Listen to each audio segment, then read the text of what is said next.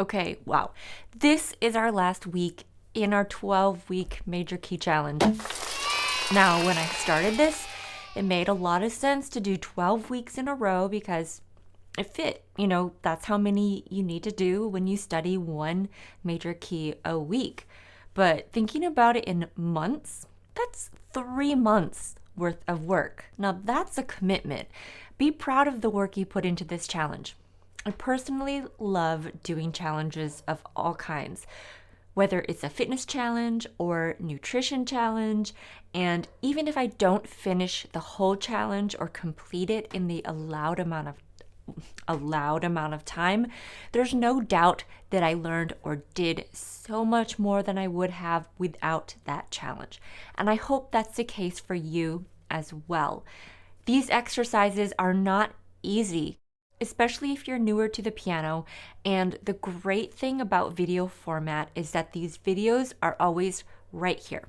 You can practice with them or use them as a reference whenever the need arises. And for the occasion today, I wore my special Ron John Salty Vibes sweatshirt just for you. So just like last week, we have two sides to this major key coin, G flat and F sharp. Hopefully you remember our discussion last week about enharmonic notes and keys. Enharmonic meaning one note on the piano that happens to have two different names. Just like last week, no matter what key you're thinking in, whether it's G flat major or F sharp major, the fingering will be the same for all of these exercises. So here's the scale.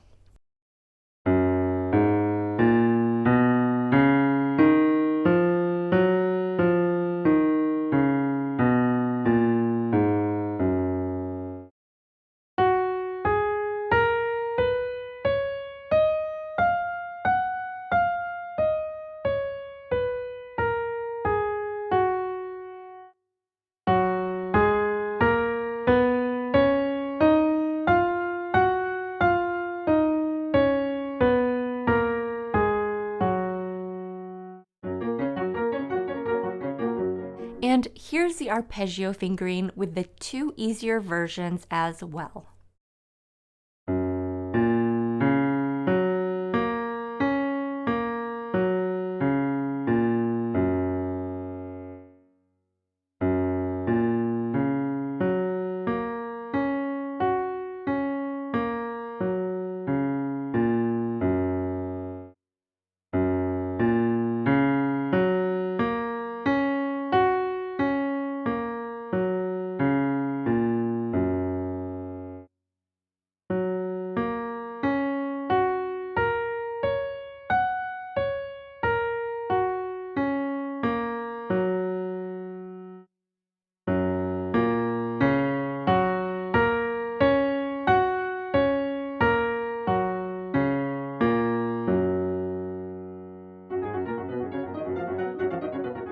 Remember that you can do these interval exercises hands separately.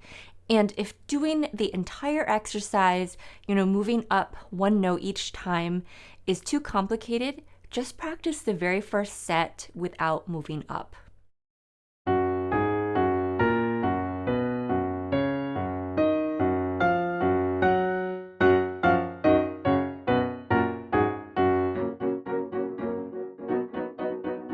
The 1 chord is built on G flat or F sharp. The 4 chord is built on C flat or B, and the 5 chord is built on D flat, also known as C sharp. Now take a minute to really look at this and make sure you understand it.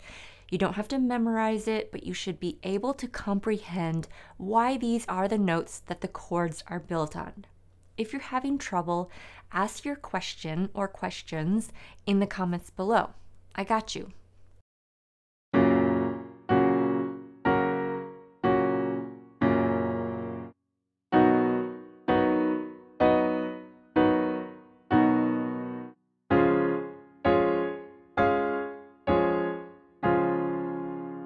Here are my favorite pieces in G flat major. There are some really good beginner pieces because when there are songs that are only played on black keys, it's typically in G flat or F sharp major. And I'm going to teach you the beginner pieces because they're just kind of fun in an immature way, and then you can teach the young ones in your life. The first one is a very serious piece called I Ripped My Pants. Take your right hand and make a fist. Then place it over the group of 3 black keys and do a roll. I guess we'll call it a knuckle technique. Then go down to the group of 2 black keys and play each one with finger 2, and then repeat. So do this 3 times in a row and then end it by going down to the next group of 3 black keys and play each one. I ripped my pants, I ripped my pants, I ripped my pants this morning. Then the other beginner song that's fun to teach kids is Peter, Peter, Pumpkin Eater. The left hand is going to play G flat with finger number 2. And that's its only job for this entire piece, okay? So then the right hand is going to start up on B flat, and your hands are going to switch back and forth constantly. Right hand, left hand, right hand, left hand. So your right hand is going to play 1 black key, the B flat, and then you're going to switch to the G flat. And then your right hand goes down 1 to A flat, and then play the left hand. Okay, then move your right hand to the E flat, play that, and then play your left hand again. And then your right hand moves down to the D flat, play that, and then play your left hand again. Okay, now go back up to where you started with your right hand and then repeat that pattern again. And then repeat it one more time. And then to finish, go down to the next group of 3 black keys, keeping the every other pattern until you get to the low G flat. And then that G flat is played 3 times in a row to finish the song.